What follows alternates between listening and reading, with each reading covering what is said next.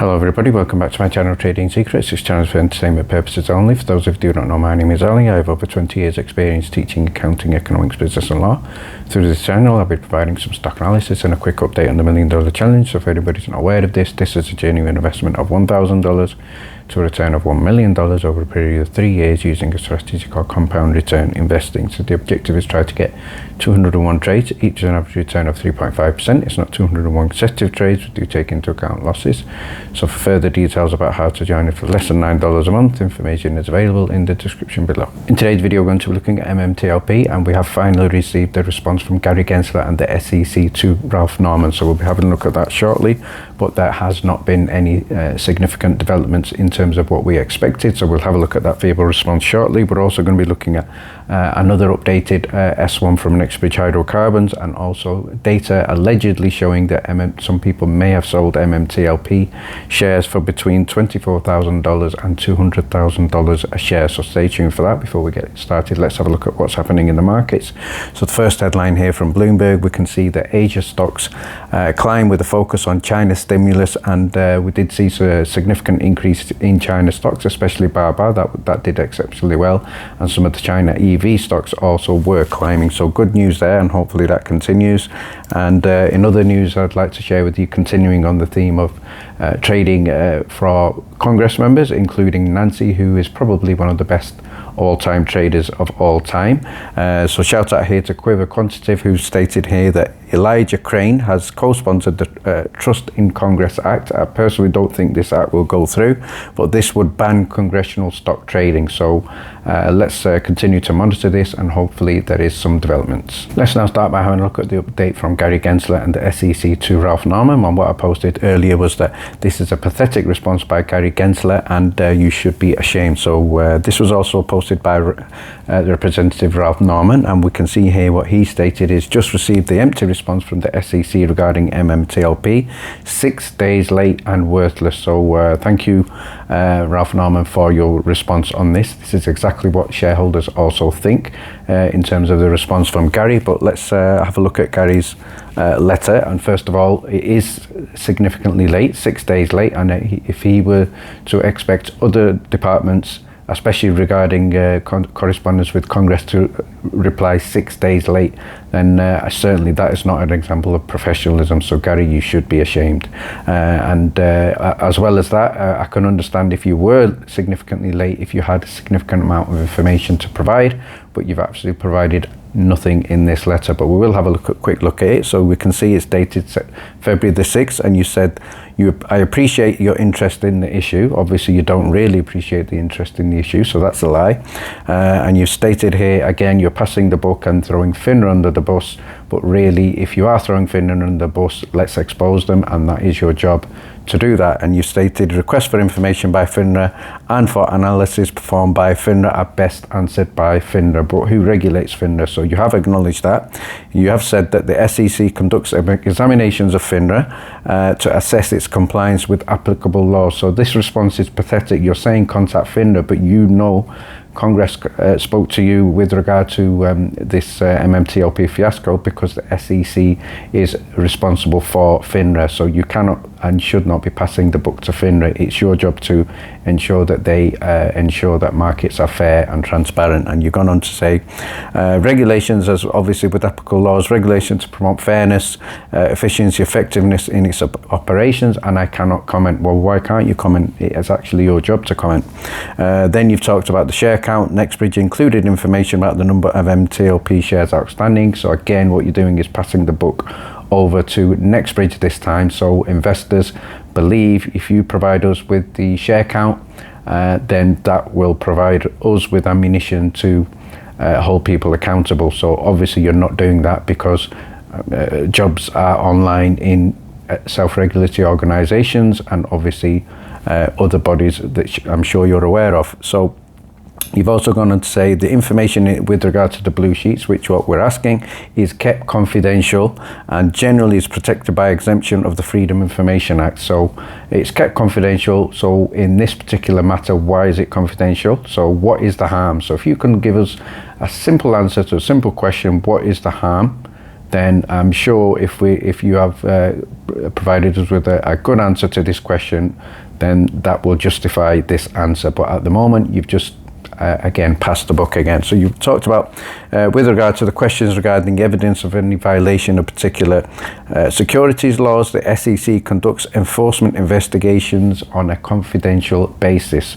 Well, courts of law do not act on a confidential basis. That includes civil and criminal law. So why are your investigations into FINRA confidential? So I would say that the reason why they're confidential is to protect allegedly nefarious and bad actors. There's no other reason why investigations into fraud, corruption should be confidential. This is a matter of the public interest, and hopefully Congress do follow this up. You finished off by saying, please do not hesitate to contact me. You've provided a number, but I think that is not good enough. And I can see you've signed it by hand, but you need to be much more professional. Let's now have a look at some responses to the letter from Gary Gensler and the SEC to Congress. So first response I'm going to share with you here is from Gandalf, and he stated here to the Honourable Congressman Mr. Norman, it says here the Exchange Act of 1934 and the SEC cannot withhold any information from Congress or prevent the Commission from complying with the request for information for any federal department. So this is a tremendous response from Gandalf, directly contradicting the statement from Gary Gensler saying this information must be confidential. It shouldn't be confidential because Congress are asking for it, and if you want it to remain confidential, then you need to provide a justified reason for that. So a great response there from Gandalf. And what Meta has stated here is, once again, this only backs my theory. Regulators are trying to wait it out for MMAT to delist, so there is a link between MMTLP and MMAT, so the data, I believe, will also be linked, so it's important to look at MMAT as well.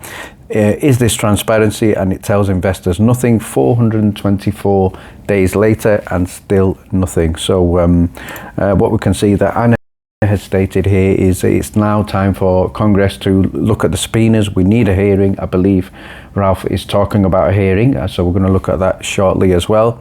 And Gary Gensler needs to be removed, and I would second that. He is a fraud, and what INAPE has stated here, the only thing more pathetic and useless than this letter is the author, Mr. Gary Gensler himself. So again, I second that as well. And finally, the response from Drew is, what gets me is, why wait over a month after the date requested to send this non-answer? You could have sent this the day after you received it. It is a non-answer. It probably taken you 15 minutes, but you've taken 6 days over the deadline.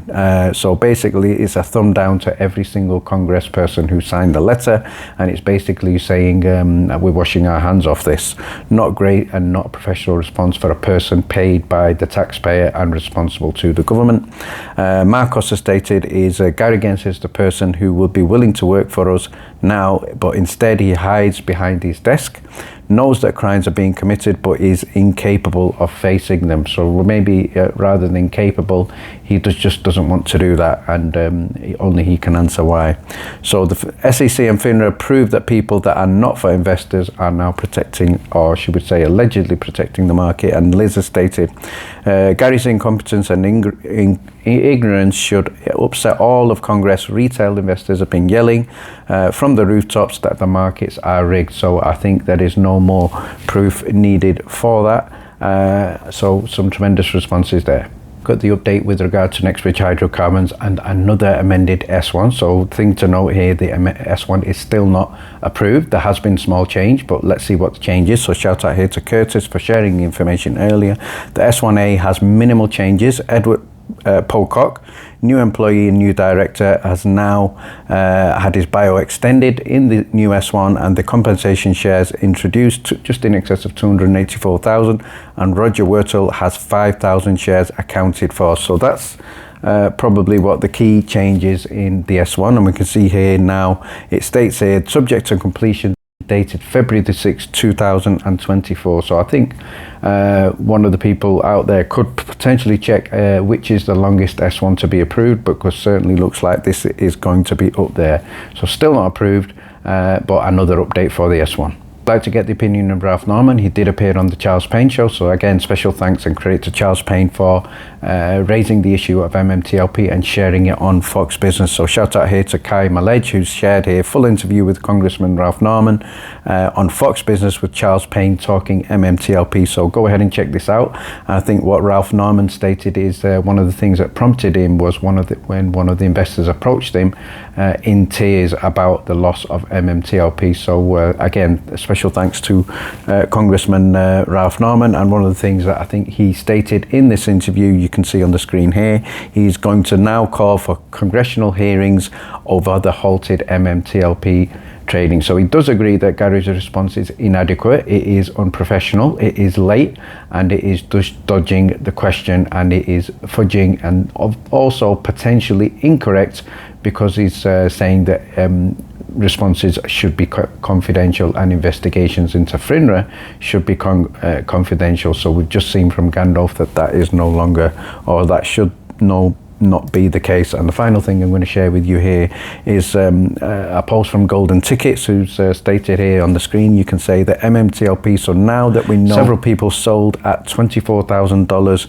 to $69,420 per share, and also at $200,000 per share, and because it states on the E-Trade statement here, too late to cancel, how can the FINRA and the DTC and the SEC state that this should be worth $10, $20, $50? So obviously people may want to settle for less, but he's saying $10,000 per share. So in my personal opinion, I'm not sure this is accurate, but it's certainly something that E-Trade needs to answer. So it could potentially be true. So I'm not going to say that this is fake, because the statement here does seem to show that. We can see here in the image highlighted with a pen there were a number of shares, in fact 1,000 shares, and it states here, too late to cancel, at $200,000 per share. And we can also see many others there.